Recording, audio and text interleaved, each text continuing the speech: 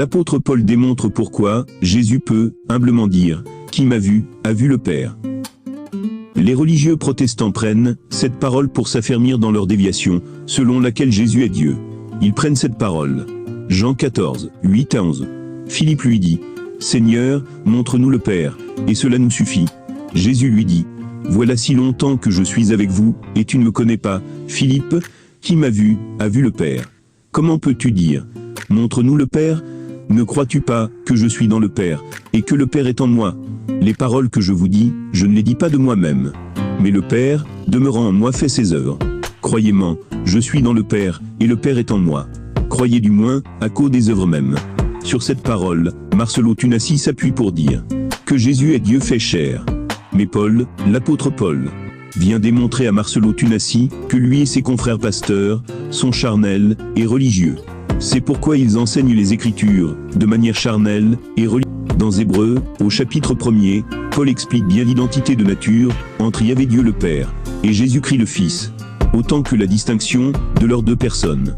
Il dit « Voici ce qu'est Jésus-Christ le Fils ». Hébreux 1, 1 à 4. Après avoir, à maintes reprises, et sous main forme, parlé jadis au Père, par les prophètes. Dieu, en ces jours qui sont les derniers, nous a parlé par le Fils. Dieu nous a parlé par le Fils. Ainsi, sans confusion aucune, Paul distingue bien Dieu de Christ son Fils, qu'il a établi héritier de toutes choses, par qui aussi, il a fait les siècles. Resplendissement de la gloire de Dieu, effigie de la substance de Dieu. Précision par Paul de ce qu'est Jésus, ce Fils qui soutient l'univers par sa parole puissante. Ayant accompli la purification des péchés, s'est assis à la droite de la majesté, dans les hauteurs. Devenu d'autant supérieur aux anges, que le nom qu'il a reçu en héritage est incomparable au leur. Jésus n'est donc pas le vrai Dieu Père, fait chair, comme l'enseigne Marcello Tunassi et ses confrères pasteurs religieux. Mais Jésus est le resplendissement de la gloire, donc de l'épouse, du vrai Dieu Père. Il est l'effigie de la substance du vrai Dieu Père. Alors c'est quoi l'effigie? Matthieu 22, 20 nous donne la réponse. Une effigie est la représentation d'une personne, ou aussi la représentation du visage d'une personne, sur une monnaie, sur une médaille, etc. Ainsi, ici, dans Hébreux 1, 3, Paul nous dit que Jésus n'est pas Dieu, mais il était sur la terre, la représentation du Dieu invisible. Il est l'effigie de Dieu, donc le visage de Dieu, dans l'humanité. S'il fallait donner à Dieu un visage d'homme, un corps d'homme, ce serait Jésus. Conformément à ce que nous dit Paul ici, Paul ajoute que Jésus n'est pas que la représentation de Dieu, le visage de Dieu, donc l'effigie de Dieu. Mais que cette effigie, que Jésus est de Dieu, est aussi la substance de Dieu. Et c'est quoi la substance? La substance, c'est la divinité de Dieu, dans tout ce qu'il est. Dieu est esprit, donc la substance de Dieu, c'est toutes les vertus de Dieu. C'est l'esprit de Dieu.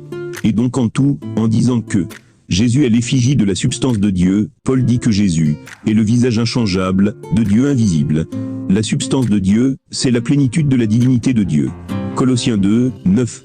Car en Christ habite corporellement toute la plénitude de la divinité, donc de Dieu. Voici pourquoi il est la tête de toute principauté et de toute puissance. Colossiens 2, 10. Ainsi Christ pouvait-il humblement dire « Qui m'a vu, a vu le Père ». Et c'était la vérité, via tout ce que Paul nous enseigne ici.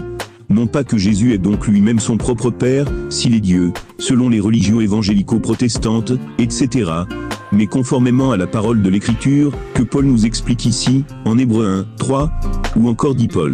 Colossiens 1, 15. Il est l'image parfaite du Dieu invisible. C'est donc à raison, et en toute vérité que Christ a dit « Qui m'a vu, a vu le Père », étant l'image parfaite du Père. Qui m'a vu, a vu le Père, ne signifie pas que Jésus est donc Dieu. Non, car Jésus n'est pas lui-même son propre Père. Aussi bien, il parle toujours du Père, en tant qu'une personne à part entière, et bien distincte de lui. Christ est tellement l'image parfaite de Dieu, que pour nous éviter toute confusion, et même apostasie de Jésus Dieu, il s'est alors toujours distingué de Dieu, en ce sens. Par exemple lorsqu'il a dit aux notables « Pourquoi m'appelles-tu bon? Nul n'est bon que Dieu seul ». Ou encore quand il dit « Le Père qui m'a envoyé ». Ou encore le Père est plus grand que moi. Ou encore, le Fils lui-même se soumettra au Père qui lui a soumis toutes choses. Voici comment Jésus lui-même a toujours montré que le Père Dieu est une personne à part entière, qui n'est pas lui Jésus, mais qui l'a vu, a vu le Père. C'est parce qu'il est l'effigie de la substance de Dieu, donc le visage inchangeable de Dieu. C'est parce qu'il est l'image parfaite de Dieu. Donc c'est tout à fait logique qu'en le voyant, c'est comme si on voyait Dieu lui-même, puisqu'il est l'image visible parfaite du Dieu qu'on ne voit pas. C'est donc logique et vrai que qui a vu Christ le Fils a vu le Père Dieu.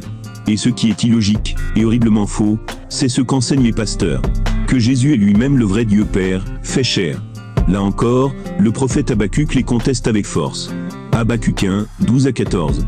Dès les temps lointains n'es-tu pas Yahvé, mon Dieu, mon Saint, qui ne meurt pas? Or Jésus était mort, bien que ressuscité, on est bien d'accord.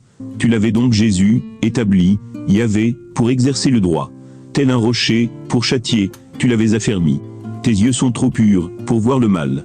Dès lors, comment Dieu peut se faire homme, dans un corps et porter le péché, lui qui est trop saint pour tolérer l'impureté, et la souillure?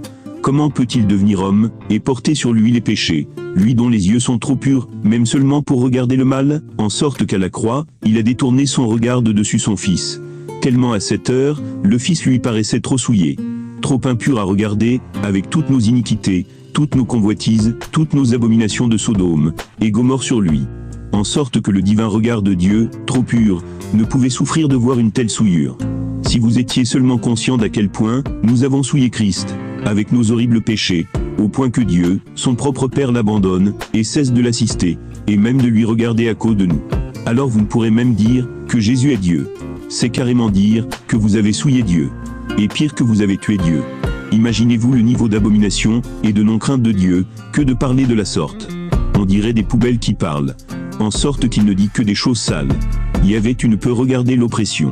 Pourquoi regardes-tu les gens perfides, gardes-tu le silence, quand l'impie engloutit un plus juste que lui? Tu traites les humains comme les poissons de la mer. Entendez bien, tu traites les humains comme les poissons de la mer. Alors comment peut-il lui se faire humain, et se laisser traiter comme un poisson de la mer, par sa si vile créature? Allons, cessez de parler comme des poubelles, pour ne dire que des insanités, comme la Jean qui frétille, sans maître. Aussi bien l'apôtre Jean a raison, de traiter d'antichrist, tous les opposants à cette vérité, de Jésus-Christ, Fils du Dieu vivant. Refuser que Jésus soit Fils de Dieu, pour le faire lui-même Dieu, c'est rejeter la pierre de fait, exactement comme les pharisiens antiques. C'est rejeter la pierre de l'angle, qui est le fondement même de toute la parole, et même de votre supposée foi. 1 Jean 4, 2. À ceci reconnaissez l'Esprit de Dieu. Tout esprit qui confesse Jésus-Christ, venu dans la chair. Jésus-Christ, venu dans la chair. Et non Dieu, venu dans la chair. Mais Jésus-Christ venu dans la chair, est de Dieu. 1 Jean 4, 3. Et tout esprit qui ne confesse pas Jésus, Fils de Dieu, mais plutôt Dieu fait chair, n'est pas de Dieu. C'est là l'esprit de l'Antichrist. Vous avez entendu dire qu'il allait venir. Eh bien, maintenant, il est déjà dans le monde. Cette qualification de Jean, contre les opposants de cette vérité des Écritures, est à juste titre. C'est être soi-même un antichrist que de dire que Jésus est Dieu, quand toute la parole dit qu'il est Fils. Dieu, le vrai Dieu Père, dit qu'il est Fils. Les prophètes ont annoncé un Jésus-Fils. Pareillement les apôtres ont prêché Jésus-Fils. C'est donc à juste titre que les auteurs de tels dogmes, et les preneurs de leur parti, sont des antichrists. Car c'est vraiment de l'anti-véritable christianisme, qui n'est pas celui des religions catholiques, protestantes, etc. que de renier, et de rejeter le fondement même, la pierre de fait du christianisme, dont vous vous réclamez pourtant. À la lumière de la vérité des Écritures, c'est logique que Jésus soit le Fils de Dieu. Non seulement spirituellement, dans leur divinité bien distincte, de Fils et de Père, mais encore aussi, dans sa chair. Quiconque lit les évangiles peut humblement avouer, avec le centurion romain athée pourtant. Matthieu 27, 54. Quant au centurion, et aux hommes qui avec lui, gardaient Jésus, à la vue du séisme, et de ce qui se passait, ils furent saisis d'une grande frayeur, et dirent, vraiment, celui-ci était Fils de Dieu. Si même le centurion romain, un athée, peut reconnaître, et avouer humblement, vraiment, Jésus était Fils de Dieu. Comment les religieux, qui se réclament de lui, qui disent l'adorer, et l'honorer, et qui prêchent même, en son nom, sont incapables de reconnaître, et d'attester cela? Ça c'est terrible et horrible. À l'exemple du centurion athée, quiconque observe Jésus de près, quiconque lit les évangiles, voit tout de suite combien Jésus est vraiment Fils de Dieu. Même toute sa vie terrestre, et toute sa conduite face aux religieux, face aux femmes, face aux ennemis de la vérité. Son amour des choses saintes, sa grande considération du sacré. Son grand amour pour Dieu, son admirable et lumineuse sainteté. Sa grande maîtrise de soi, son abnégation, son abstinence, etc. Tout cela rend un témoignage vrai de cet humble aveu du centurion athée. Vraiment, celui-ci était Fils de Dieu. Jésus était un homme remarquable, car aucun homme n'a vécu comme lui.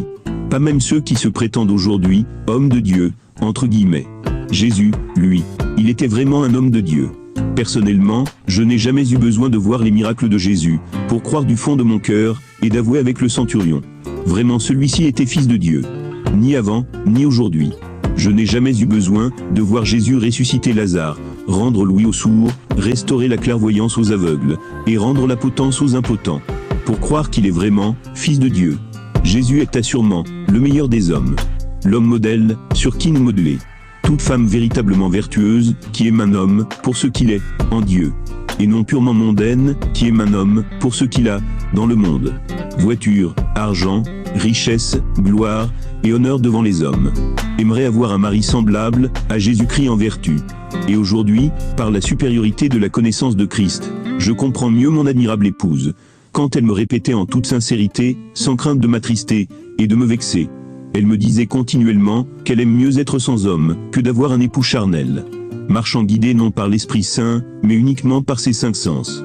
Regarde, regarde, goûte, goûte, touche, touche.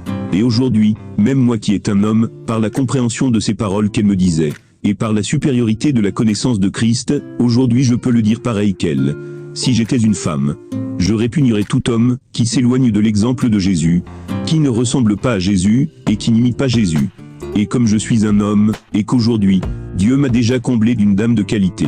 De la femme qui est digne, que je me batte pour elle. Qui est digne que je donne ma vie pour elle s'il le fallait, et même s'il le faut ça tient toujours. De contraste au temps jadis, j'aime mieux aujourd'hui être un célibataire éternel volontaire, que d'être l'époux d'une fille d'Adam, complètement loin de l'exemple de l'épouse. Vide, et dépourvu des vertus de l'épouse, mais rempli du monde.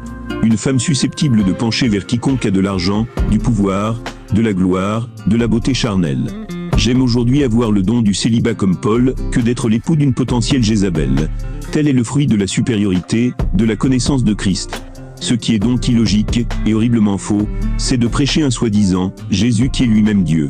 Quand toute la parole de Dieu même, tous les prophètes de Dieu, et tous les apôtres du vrai Jésus même, ne parlent que d'un Jésus, Fils. Les prophètes avaient annoncé le Fils de Dieu, et non pas Dieu lui-même, qui se vêtirait personnellement d'un corps d'homme de chair. Pierre, et Jacques, Jean, et Paul, et tous les apôtres, ont prêché Jésus Fils du Dieu vivant. Paul a prêché, et nous prêche encore ici même, Jésus Fils de Dieu. Et les Écritures qu'ils nous ont laissées en héritage, et en témoignage, tout entière nous prêchent. Jésus Fils de Dieu. Alors d'où vient l'hérésie d'un prétendu Jésus Dieu, sinon que c'est Satan seul, usurpant le nom du vrai Jésus, et s'y cachant derrière dans les églises religions catholiques, protestantes, etc. pour escalader les cieux, au-dessus des étoiles de Dieu, pour élever son trône, et siéger sur la montagne de l'Assemblée. Aux confins du septentrion, y monter au sommet des nuages, pour s'égaler au Très-Haut, conformément à sa pensée orgueilleuse originelle. Isaïe 14, 13 à 14.